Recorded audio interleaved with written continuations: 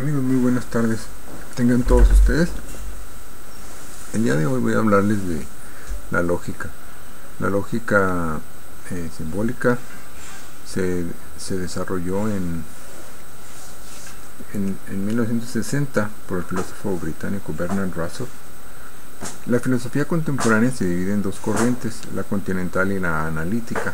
Los países anglosajones, como industrializados, siguen la filosofía analítica, y ahorita les voy a decir la diferencia entre la continental. La continental es por el continente de Europa, de ahí lleva su nombre. La filosofía continental hace un análisis histórico de cada sistema filosófico y lo reevalúa cada nueva época. Considera, por ejemplo, la teoría de Platón estudiable, la analiza, y a diferencia de esto, la filosofía analítica, que es la de los países industrializados, los más avanzados tecnológica e industrialmente, Estados Unidos, Inglaterra, Alemania, etcétera, Canadá, consideran que la filosofía no es tan importante, sino es más bien una ciencia de apoyo para las ciencias experimentales y naturales. Ellos consideran que el mucho hablar, mucha filosofía no es aterrizar a la realidad. Entonces consideran que muchos sistemas filosóficos adolecen de ese problema de que no son congruentes en sí mismos. Entonces para ello ellos se van a enfocar en un estudio del lenguaje y la lógica. La lógica, tenemos que recordar que fue el instrumento para pensar bien que utilizó Aristóteles, y los antiguos griegos ya la consideraban. Y una buena definición de lógica es que la lógica estudia la idea, el juicio y el raciocinio. Entonces vamos a hacer un análisis del lenguaje y de su estructura, cómo está constituida. Cuando nosotros comenzamos a hablar, comenzamos con ideas, ¿no? Por ejemplo, decimos, cuando somos niños, decimos agua, mamá. Se define la idea como la representación mental de un objeto. Es la forma más sencilla de empezar a comunicarnos. Luego sigue el siguiente nivel, la de la afirmación, que es un enunciado. Ya formamos oraciones con sujeto y predicado, y podemos definir los juicios o las oraciones o los enunciados como usar dos ideas y conectarlas con un verbo. Ya es más complejo esto, ¿verdad? Ya vamos creciendo, vamos madurando. Ya, por ejemplo, decimos árbol de manzana, ¿no? Tomamos dos ideas, árbol, manzana, y las unimos con un verbo. Se dice que, por definición, que un juicio es la afirmación o la negación de algo, contrario a una idea, ¿verdad? Una idea o concepto, no afirmamos ni negamos nada, únicamente, como dije, una idea es una representación mental de un objeto. ¿Cuál se imaginan que es el tercer nivel? El razonamiento.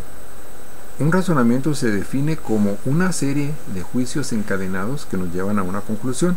Por ejemplo, digamos una cadena, ¿no? Una cadena tiene eslabones. El primer eslabón se le llama la premisa, y el eslabón sigue a otro eslabón y nos lleva al último eslabón. Ese último eslabón se le llama la conclusión o el juicio final, y cada eslabón se define como un juicio, y una cadena es un razonamiento. También se le llama demostración o argumento. Entonces ese es el nivel más difícil, más complejo de saber pensar y de saber comunicarnos y de saber escribir. El nivel de la demostración, del argumento o del razonamiento. Ahora podemos entender entonces la diferencia entre hipótesis y teoría. Una hipótesis sería un juicio. Yo puedo afirmar, por ejemplo, el hombre desciende de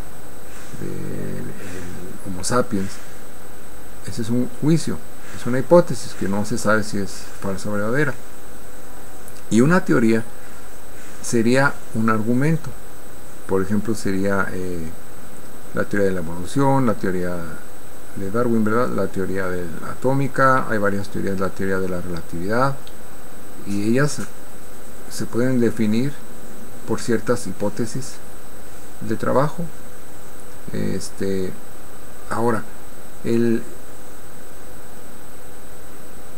el caso de las ciencias naturales, como por ejemplo cuando estudiamos el ciclo del agua, nosotros vemos que hay una cadena de eventos que son cíclicas. Por ejemplo, decimos el agua viene de los ríos va al mar, y del mar se evapora, se forman nubes, llueve y cae otra vez a la tierra, y de la tierra se forman los ríos o los deshielos, forman los ríos, de los ríos va al mar. Es un ciclo, el famoso ciclo del agua. Nosotros podemos decir, ¿de dónde sale el río, el agua del río? De los deshielos o de la lluvia. ¿Y esa lluvia de dónde sale? Nos vamos hacia atrás, ¿verdad? De las nubes. Y de las nubes, ¿cómo llega el agua ahí? Y nos vamos hacia atrás. Vamos hacia la causa, ¿verdad? En esa cadena de eventos conectados entre sí. Viene de la lluvia, viene de la evaporación, del mar, del río, etc. Lo mismo podemos decir de una novela, que es una cadena de eventos. Y nosotros podemos predecir. Por ejemplo, yo puedo predecir, veo nubes, va a llover, ¿verdad? Veo sol y mar, se va a evaporar el agua. Entonces, en eso consiste la capacidad de pensar y de poder razonar, en que yo puedo predecir, porque ya sé la cadena de eventos, ya conozco la cadena de eventos y ya puedo predecir que de esto me va a seguir esto.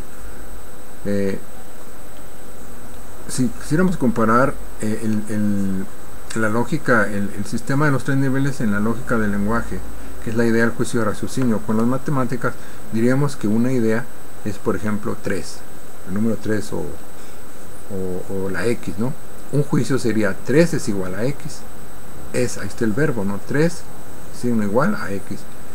Y un razonamiento en matemáticas sería la solución, el despeje de una ecuación, ¿verdad?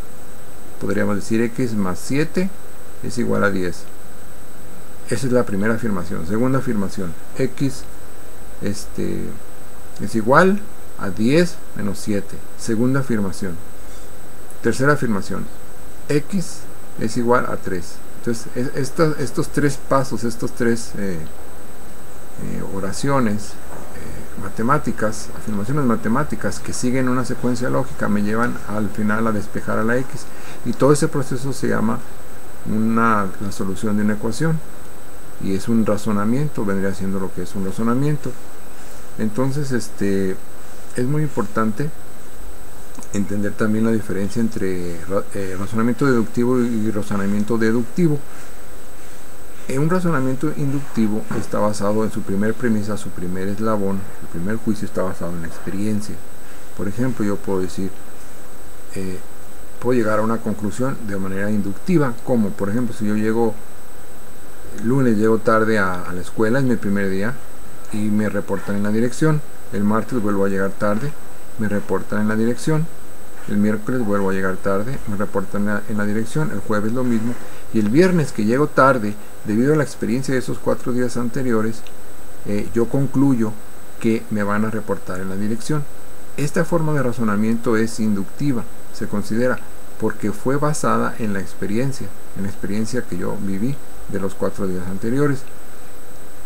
Un ejemplo de un razonamiento deductivo basado en una regla o en una ley sería que en mi primer día de clases yo lea el reglamento escolar y ahí se diga, las personas que van a llegar tarde van a ser reportadas en la dirección, y al segundo día yo llego tarde, entonces concluyo y digo, voy a ser reportado en la dirección.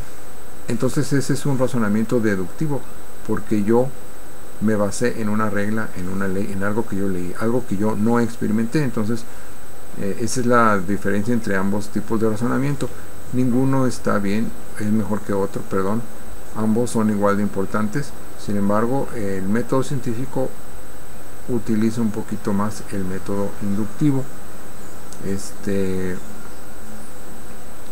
Otra de los aspectos que confunden lo que es la lógica simbólica es que un juicio, lo que es la idea del juicio y el raciocinio, tienen distintos nombres. Hay que recordar que una idea también tiene otros nombres, como por ejemplo, idea también se le llama concepto. Y el siguiente nivel, un juicio, así a grosso modo también se le puede decir oración, enunciado, cláusula, premisa, conclusión, o sea, todo eso es un juicio, es la afirmación o la negación de algo. Y un juicio sí se puede decir que sea verdadero o falso, ¿sí? No puedo decir yo que una idea es falsa o verdadera, una idea es simplemente una idea, y en cambio un juicio sí puede ser considerado o falso o verdadero. En el caso del siguiente nivel, que es el razonamiento, que también se le llama demostración, argumento, no se dice que sea un razonamiento verdadero o falso, se dice un razonamiento válido o inválido. Y en la lógica se estudia la validez de los razonamientos, ¿no? Entonces tenemos que tener en cuenta esto para cuando pensamos, cuando escribimos, porque tenemos muchos vicios del lenguaje, ¿no? Podemos tener frases incompletas o oraciones que no digan nada, oraciones vacías, y esto es pues muy importante.